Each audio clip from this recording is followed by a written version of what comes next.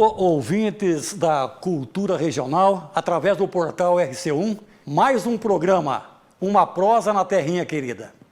E hoje, ao meu lado, ele, ex-bancário, trabalhou no Banco do Brasil, historiador, contista, escritor e poeta. Ele não gosta que eu chame de lenda viva. A gente até tem certas discussões aí na rede social. Mas eu não tenho adjetivo melhor para defini-lo como lenda viva. Do meu lado, recebam todos com carinho, e o pessoal também aí da mesa técnica, o Vinícius e o Espeto, dando assessoria. Aqui do meu lado, Eusner Gael Tablas, seja bem-vindo ao programa. Agradeço aos ouvintes e ao Raul pelo convite. Eusner, esse prazer é imenso, a sua receptividade é grande, tenho certeza disso. Eusner, para começar o programa, a gente gostaria de saber um pouco do Eusner. Quem é o Eusner? Eu me sinto como uma pessoa normal, não é? Nem poderia ser diferente. Perfeito. Estou já numa época de viver uma vida sem grandes atribulações, ou seja, sem emprego, sem uma profissão. Apesar de que eu encaro a literatura como um afazer do dia a dia. E isso realmente acontece. Perfeito, Eusner. E, Eusner, esse DNA aí de cultura, de historiador, a gente percebe nitidamente que você é totalmente imbuído nesse propósito de levar cultura, de engrandecer nossa cidade e amizade. Isso vem de tempo, Eusner? Olha, eu desde criança eu escrevia Que maravilha. poesias. E mesmo quando fiz o tiro de guerra, havia um programa na Rádio Cultura que eu criei, falando sobre o tiro de guerra, sobre as pessoas que estavam fazendo o tiro de guerra, prestando o serviço militar.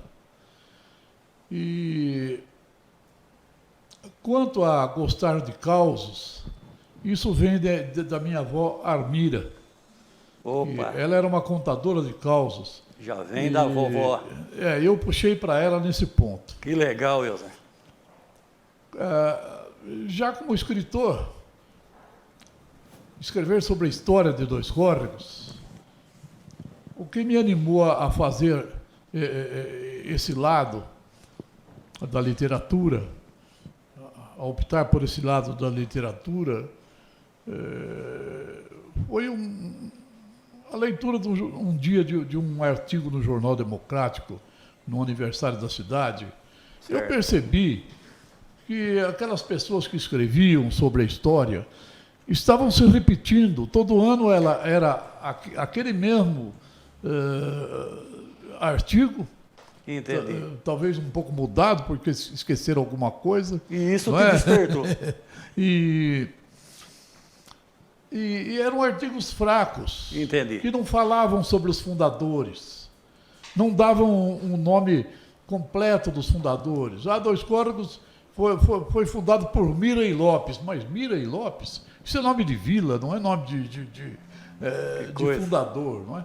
Então, eu decidi ir ao Arquivo do Estado e fuçar as latas com aqueles documentos antigos. Fui também ao arquivo de microfilmagem da Igreja Mormon de São Paulo. Fui ao arquivo da Mitra Arquidiocesana de São Paulo. Todos esses lugares continham documentos sobre Dois Córregos, sem contar os livros de ata da Câmara Municipal de Dois Córregos. Perfeito. Então eu me cerquei de documentação. O que se nota é que esse trabalho árduo de campo seu, a procura de pesquisa, porque hoje tudo é mais fácil, né? Você digita aí na internet e você tem. O seu trabalho de campo era ir buscar esse trabalho junto à Mitra, junto a jornais do passado. É isso então, né, Eusner? Coincidia esse meu esforço com um prêmio literário conte a história de sua cidade. A premiação equivalia naquela época a um carro zero. E antigamente um carro zero valia proporcionalmente muito mais do que hoje. Muito mais. Né? Vários concorrentes. Então eu escrevi em 30 dias, fiz todas essas pesquisas e escrevi este livro.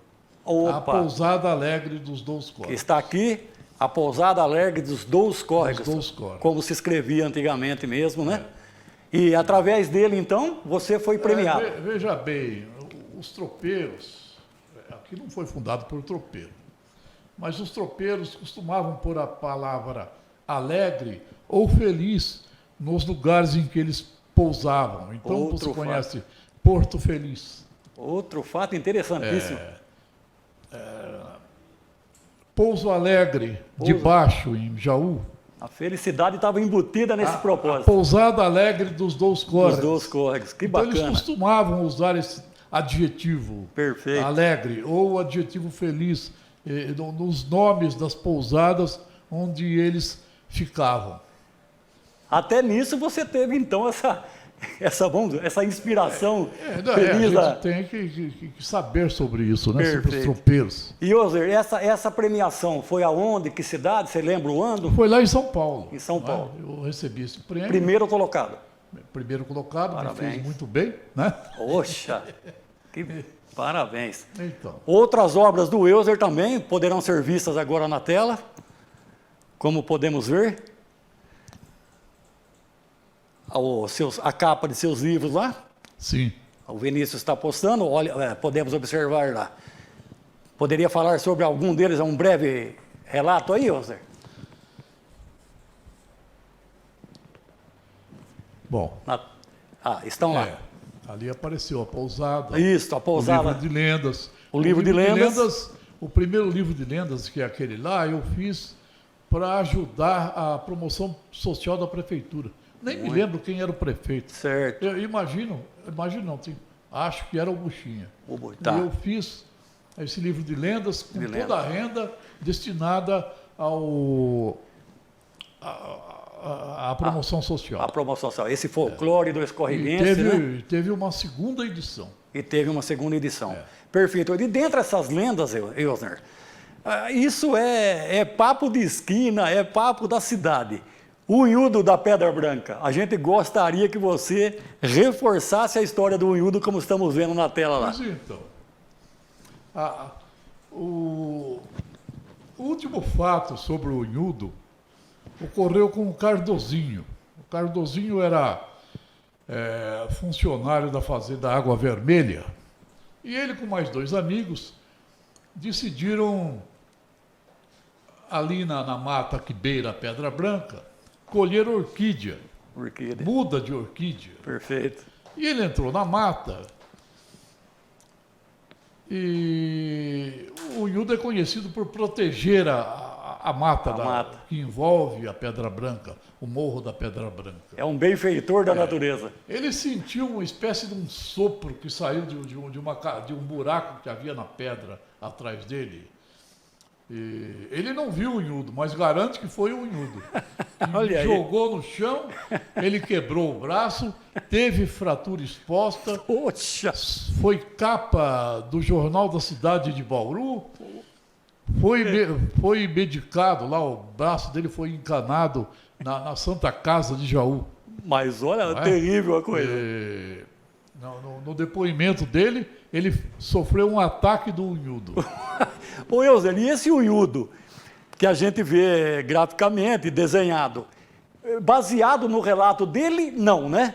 Porque ele chegou a não ver, ou é baseado no relato dele, esse estereótipo do Unhudo? A avó Armira, que morreu centenária, com mais de 100 anos, ela já falava do Unhudo, da lenda do Unhudo. Foi daí que você disse mesmo que... O português que faleceu agora há pouco tempo, lá de Mineiros do Tietê, Mineiros.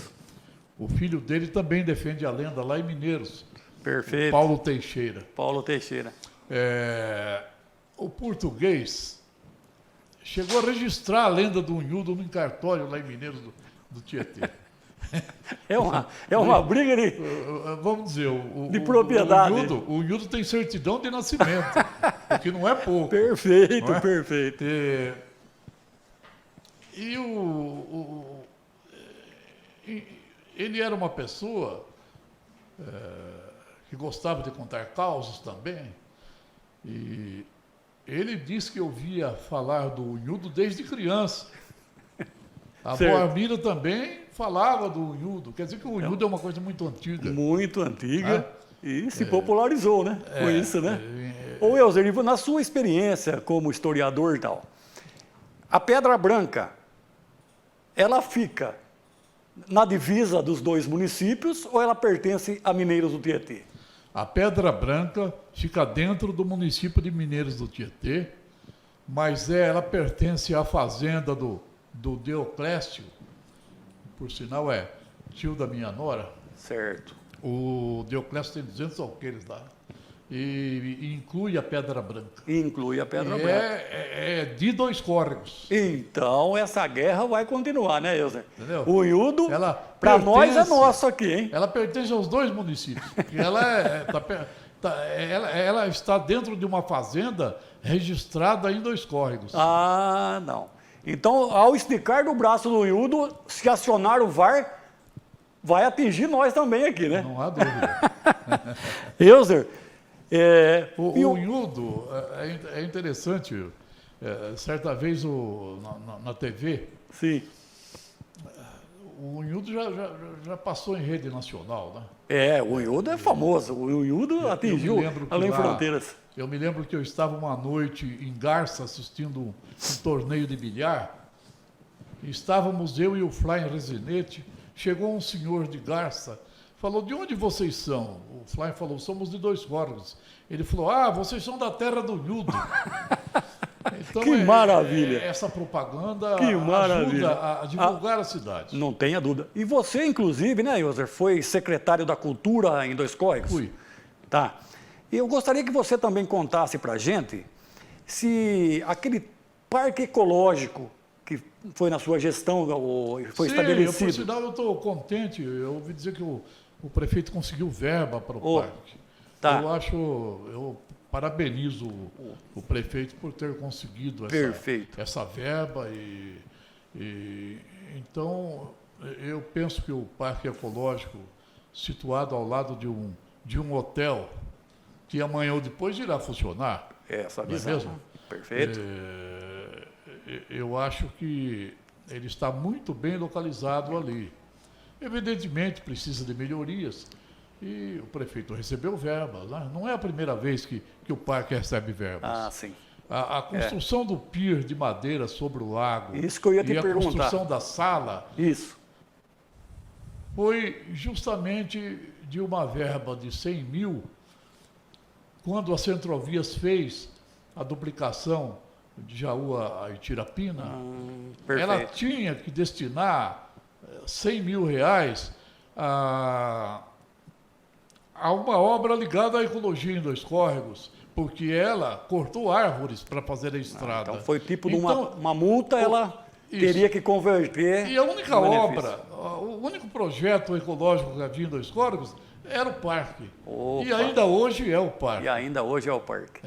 Elzer, esse pier aí, ele, pelo que eu vi por uma foto, muito bonito, de madeira, bem rústico, bem natural. Ele servia seria para reuniões, alguma coisa relativa ao parque? Lá há uma sala grande que foi feita, e lá, segundo eu fiquei sabendo, na época ocorria reuniões do Condema. Perfeito. Não, nessa sala. Isso quem me disse foi o amigo Pedro Terra. Pedro Terra. O Condema, para quem não sabe, é o Conselho Municipal de Defesa do Meio Ambiente, né? Bacana, Elzer. E eu gostaria que você também falasse sobre algumas outras lendas da cidade. Tipo, por exemplo, que assusta muito também, a noiva do jardim lá. Pois então, a noiva do jardim, para mim ela nunca apareceu, porque eu nunca tive o capricho de ir lá à meia-noite, e diz que ela aparece à meia-noite, não é? E sai do jardim e entra na igreja mesmo com a porta fechada. Poxa, né? Então é uma noiva transparente, né? É uma noiva transparente. Quando surgiu, se é a noiva do jardim, ela tem que ter surgido em 1909, porque o jardim foi feito pelo ex-prefeito Ernesto Scortese. Foi ele? Não, ele foi depois. Sim, foi ele. Foi aquele português, Major Carlos Neves, que fez o jardim. E era um tempo em que cabras, porcos ficavam soltos no jardim, na cidade. Na cidade. Cavalos. Então foi cercado o jardim para não servir de pastagem. Porque aos senão animais. Eles invadiam lá o espaço. Então ele fez uma cerca com portão. O jardim tinha um portão. Tinha um portão para entrar no jardim, que são coisas saudosas. O jardim foi feito em 1909 pelo Major Carlos Neves. Pelo Major Carlos Neves. E esse jardim hoje, atual, essa reformulação toda, essas pedras chegam a ser portuguesas mesmo, o calçamento, alguma coisa, Elzer? Que eu ouvi falar? Não. Ou... É o tipo de calçada portuguesa. O tipo de calçada portuguesa. Então, nem sei se ainda existe esse tipo de artesão que consegue construir calçadas no estilo calçada portuguesa. Entendi. Muito bem. Elzer, agora a gente quer também, nesse bate-papo, relembrar, eu vi essa foto, viu, pessoal? Eu vi essa foto do Elzer num time de futebol. Também praticou esse esporte, Elzer? Realmente, era um tempo em que a gente se divertia muito. Né? Eu era jovem, solteiro. Era o Vai Quem Quer. Olha o time. O nome do time era Vai Quem Quer. Só craque. Então, todos os boêmios da cidade jogavam no time. Todos os boêmios. O jogo tinha que ser marcado no período da tarde. Qual a sua posição no time? Tinha que ser... Qual a sua posição nesse time? Eu? Como eu tinha muita velocidade, o Newton era o técnico, Newton Altair Alves de Andrade. Saudoso Newton. Chegava uma certa hora, ele falava, agora entra o veloz, que era eu. Lá vai o Mas The Flash Elzer. Eu não jogava nada, o negócio meu era correr, entendeu? Essa figura, gente, esse ser humano, o Elzer Grael Tablas, querido por muitos e muitos, viu? É um imenso prazer a gente estar entrevistando o Elzer nessa data. Elzer também, vamos falar um pouco agora, Elzer, da sua árvore genealógica. Porque eu vou dizer, hein, família Grael é famosa, hein? Deixou legado aqui no Esconde. Por exemplo, Vinícius, me ajude aí. O prefeito da década de 30, como estamos vendo aí, Romão Grael, vem a ser avô do Elzer. Elzer, fale um pouco sobre Romão Grael e o prédio aí que hoje já não existe mais. Eu lembro bem de uma história do meu avô Romão. Ele sustentava todos os parentes. Então, um cunhado dele, o Dedé, que trabalhava na farmácia também, não entendia nada, mas trabalhava lá. Mas era lá. Um dia um amigo político, o Zé Vioto, chamou o meu avô em particular e falou, Romão, eu vi o Dedé abrindo e tirando o dinheiro da gaveta. Nossa! O meu avô falou, nossa, coitado do Dedé, eu não sabia que ele estava passando por dificuldade financeira. O coração do seu Romão. Então ele era esse tipo de gente. Entendi. E ele alugava o Fordinho do ponto, ia lá no Baixão de Serra tratar de clientes que não tinham condição de pagar nada. Não, então ele praticamente pagava o Fordinho. Vê se hoje em dia você consegue ver alguém que vai alugar, na época um Fordinho, né? O pé de bode, o famoso pé de bode, né? Pois ele alugava com dinheiro próprio e ia atender os mais necessitados. E é isso que está faltando muito no mundo de hoje, né? Saudoso Romão Grael aí, que olha por nós. Esse idealismo. Esse idealismo e esse Partido Democrático, cuja sede está na telinha, Elzer, sim, foi fundado sobre a gestão dele. Foi fundado pelo meu avô, pelo Domingos Escatimburgo, Domingo. pai do Anor Escatimburgo. Pai do Anor. Doutor Anor. Foi meu Grande amigo escritor. íntimo. É. E pelo capitão João Justiniano dos Santos. Os três eram os baluartes do Partido Democrático, que era o partido do Getúlio. O partido Mas Getúlio depois o meu avô virou contra o Getúlio. Certo. E essa mudança de partido, o que levou seu avô a mudar, o Wilson? Foram as atitudes ditatoriais do Getúlio. Do Getúlio.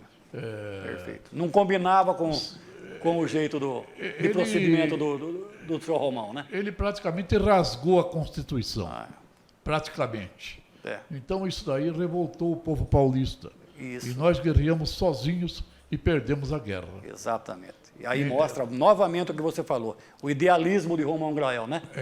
Não era levado por... É interessante que, para ajudar os revoltosos paulistas, o prefeito Romão Grael teve que sair confiscando. E isso daí deixou ele numa situação difícil perante a população. Cavalos, armamentos. Que seriam doados, elevados ao fronte de guerra. Porque as tropas paulistas não tinham nada. Então o fronte precisava de... Exatamente. E ele foi ao sítio do outro meu avô, do Manuel Tablas. E esse outro meu avô, ele tinha abrigado o capitão João de Mira, que era filho do fundador. E que estava às mínguas. Então o meu avô colocou ele e a esposa dele num cômodo que ainda hoje existe lá no sítio. Nossa, isso é maravilhoso. E quando ele faleceu, o capitão João de Mira, o meu avô o enterrou lá no sítio mesmo, com um espadachim, porque ele era capitão da guarda republicana, né? Com um espadachim, e o fardamento, o cap. O cap. Mas meu avô não quis enterrar o carabinote. O carabinote. Quis ficar de lembrança o carabinote do capitão João de Mira, filho do fundador. E está com quem hoje em dia? Seria uma peça histórica. Uma peça histórica para o museu. E, no entanto, meu outro avô, meu Romão Grael, foi lá, confiscou o carabinote para mandar para a Revolução. Opa! Wilson, fantástico. E vamos também falar do Wilson. E o Vinícius, me ajude aí. Essa dupla aí, Lars e Torben, dois iatistas campeões olímpicos, Wilson. Então, qual o grau de parentesco contigo? O Torben foi 5 vezes campeão mundial de vela. Um ícone. Eles vieram, o avô deles, a Alemanha incomodava muito os vizinhos. Então vieram da Dinamarca, o pai dele, já vieram muito bem de vida. Perfeito. E ele veio, e quando o coronel Dixon foi se casar com a filha dele, com a Ingrid Schmidt,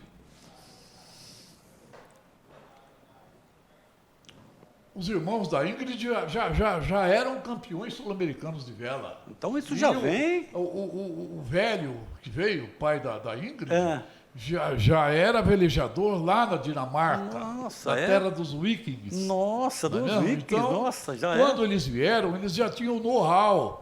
Aquele know-how da Dinamarca. Da Dinamarca. Portanto... Que é expoente nesse esporte. Portanto, essas pessoas, o Torben, o Lars, a Martine agora, que é campeã mundial. Temos também. A Martine aí, o Vinícius, por gentileza. A Martine é campeã mundial. A Martine está lá com o seu gesto de vitória. Todos eles têm para quem puxar. Tem para quem puxar. É uma árvore genealógica de... Olha o Dixon, o coronel. Dixon, o coronel Dixon. Introduziu o salto de paraquedas nas Forças Armadas Brasileiras. Pioneiro. É o pioneiro. Pioneiro Ele do foi para os Estados paraquedismo Unidos, no Brasil. aprendeu a saltar e trouxe o salto de paraquedas em grupo, porque é uma arte. Perfeito. Grupo, não é? É toda uma técnica, ele ensinou os paraquedistas brasileiros da aeronáutica a saltarem de paraquedas. E chegou à presidência do desporto também, parece, das Forças Armadas, né? Comandou. E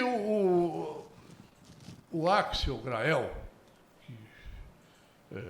o irmão mais velho, ele é prefeito de Niterói pela segunda vez. Segundo mandato está já? no segundo mandato. Ele é uma pessoa, ele é formado em engenharia florestal, mas eles moram na Baía da Guanabara, em Niterói, porque foi o presente que o sogro deu para o Coronel Dixon de casamento. Ele deu uma fazenda na beira-mar, na Baía da Guanabara. E eles moram todos lá. Todos lá. E ele tem essa mania de passar muito tempo limpando, tirando o entulho da Baía. Olha. E, muito por causa disso, ele é muito respeitado em Niterói. Porque ele é Não uma pessoa que ele defende a preservação. A Baía. A Baía, a preservação, Eles os encantos. moram no Saco de São Francisco. O mar entra na terra, isso se chama saco. Eles moram no Saco de São Francisco. O Saco de São Francisco é deles. Muito bem, Wilson, muito maravilhoso. Inclusive, parece que você morou certo tempo no Rio de Janeiro, né? Eu morei no Rio de Janeiro com a minha avó, com a mãe do Coronel Dixon. Certo. E dessa estadia sua lá, o que você pode nos lembrar de algo lá? Eu morei no Rio de Janeiro numa época maravilhosa. Em primeiro lugar, eu arrumei um ótimo emprego, né? Então eu ganhava bem, podia ir às boates, que eu era solteiro, né? Perfeito. Morava em Copacabana. Fiz boas amizades lá. Gostava muito do Rio de Janeiro. E naquele tempo não havia violência. E eu gostava muito de ficar sentado no banco vendo o entardecer do mar. Ficava ali sentado. Hoje você... Esse veio poético do Euler já vem da necrópole municipal lá do Rio. Né? Esse veio poético do Euler é isso. No olhar do mar já saía poesia e saía tudo mais. Esse coração gigante do Euler aí. Euler, gostaria também que você falasse do lançamento, se não me engano é esse, né, Euler? O último livro seu, né? Sim. O Amor é uma Neurose Necessária, como todos estão vendo aqui. A editora Dialética, né? Dialética. Euler, para o público em geral, aí, como conseguir, como está à venda onde? Quem quiser o livro, eu não estou vendendo, inclusive tive que comprar 4. Esse livro é vendido no site da editora Dialética, ou procurar pelo nome, O Amor é uma Neurose Necessária. No Google já... Procurar no Google ou no site da Amazon. Da Amazon. Ou outros lá. Perfeito. Casas Bahia, né? Eles vendem. O que a gente nota também no Euler, né, pessoal? A gente vendo assim, inteiro, né? Magrão, cheio de memória, saúde. Não precisa falar anos, Euler. Anos é detalhe na vida do ser humano. Parabéns pela sua... Você pratica caminhada, Euler? Faz algum exercício? Quando posso, né? Tá morando num lugar agora arborizado, tá mais tranquilo, né? Eu moro numa chácara. Muito bom. Você vai tratar da galinha e volta, já andou 200 metros. Perfeito. Você vai lá no lago tratar dos marrecos e volta, mais 200 metros. Mais 200 metros. Então, não sobra energia para fazer caminhadas. É isso, Euler. E a sua perspectiva, Euler, para essa juventude de hoje em dia, eu sempre enfoco isso e a pessoa certa para mim perguntar é você, sobre a leitura, Euler, o que você vê para o jovem de hoje essa necessidade? Eu acho que, não sei se mudaram, mas eu acho que não mudaram não essa regra. Por exemplo, no ginásio, o aluno tem que passar. Perfeito. Porque se o diretor passar todos os alunos, ele ganha um prêmio em dinheiro. Então não se repete ninguém. A pessoa termina uma prova, foi mal, outra prova e outra prova. Essa sistemática não condiz com a aprendizagem, né, Eusner? Eu penso que o ensino, isso daí torna o ensino muito fraco. Muito fraco. Então, eu estou de acordo com você. E causa também um distanciamento entre aqueles que podem pagar uma escola boa, onde se repete o aluno, perfeito, onde para a escola é interessante que o aluno repita, porque daí ele volta o ano que vem e pagando outra vez. Pagando outra vez. Né? E da escola pública. Há esse distanciamento. Enquanto a escola pública quer ver o aluno fora, para não gastar dinheiro, a privada ocorre o contrário na escola particular. Na escola particular. Eu acho que não poderia haver isso no Brasil, porque cada vez mais a classe média vai se distanciando culturalmente da classe mais baixa. Perfeito, perfeito. Em vez de uma evolução, né, Eusner? É uma estagnação para baixo. Eu acho. Ô, Vinícius, preste bem atenção aí, você, o Espeto, agora, que o Eusner vai contar como era a sistemática das escolas, que eu tenho certeza que o Eusner passou pelos bancos escolares da Francisco Simões, ou da José Almira, ou de ambos. Por exemplo, para entrar no ginásio, você tinha que fazer Olha como era. Um vestibular para entrar no primeiro ano de ginásio, e era difícil. Você tinha que prestar um vestibular. Tinha que prestar. Eu prestei e entrei no ginásio. Eu tinha que prestar um vestibular. Então, todo mundo ia atrás de professor particular, aquele negócio todo. Para poder entrar. E aí, Eusner, não era como hoje o aluno hoje ele é reprovado por faltas. Não, né? Ali não, ele teria que adquirir. Não havia, claro que você não podia faltar. Né? Claro, é evidente. Mas, principalmente porque você se atrasava em relação aos outros. Exato. O ensino era apertado. Ensinava, eu, por exemplo, estudei francês, que ferretil, se tinha que fazer collier, né? Isso. Estudando francês numa escola 50 anos atrás. Pública, então, né? Você acha que a uniformização do aluno da escola é um referencial, Eusner? Eu acho que é bom uniformizar, porque livra as famílias mais pobres, com menos recursos, perfeito, de ter que arrumar uma roupa para cada dia, pra principalmente as mocinhas, que teriam que ter roupas. Eu acho que o uniforme evita constrangimentos. Constrangimentos. E outra, né, também é um referencial da escola que o aluno está, né? Realmente, Porque a gente portava, teve até tempo do guarda-pó, né, na escola de Alves Mira, com o brasão, o distintivo da escola. A gente colocava com orgulho porque a gente representava aquela escola, né? Era uma referencial. Eu, quando estudei na escola rural, eu tinha menos de 7 anos, né? A situação naquela época era muito difícil. Ninguém tinha dinheiro para comprar sapato. Eu tinha sapato porque o meu avô era prefeito, né? Então eu tinha sapato. Olha aí, o saco de farinha de trigo, ela vinha em saco. De algodão. Não se vendia essa farinha de trigo em saquinho de papel. Era em saco de algodão. E as famílias do sítio usavam aquele saco de algodão para fazer as roupas e os uniformes. As mães obrigatoriamente tinham que saber costurar, porque aquele pano do saco de farinha ia ser a roupa do filho ou dos filhos. Ou dos filhos. Uma época difícil. E muitos, famílias grandes, o saco estava escrito lá, farinha, com aquela tinta azul. Tinha muitos que vinham com escrito farinha nas costas.